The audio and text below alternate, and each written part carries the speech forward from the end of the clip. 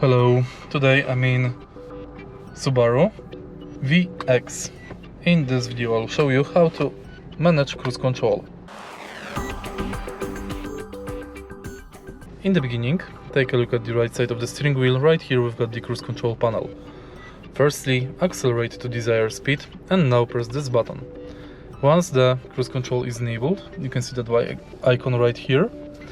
You can press set button and now release the acceleration pedal.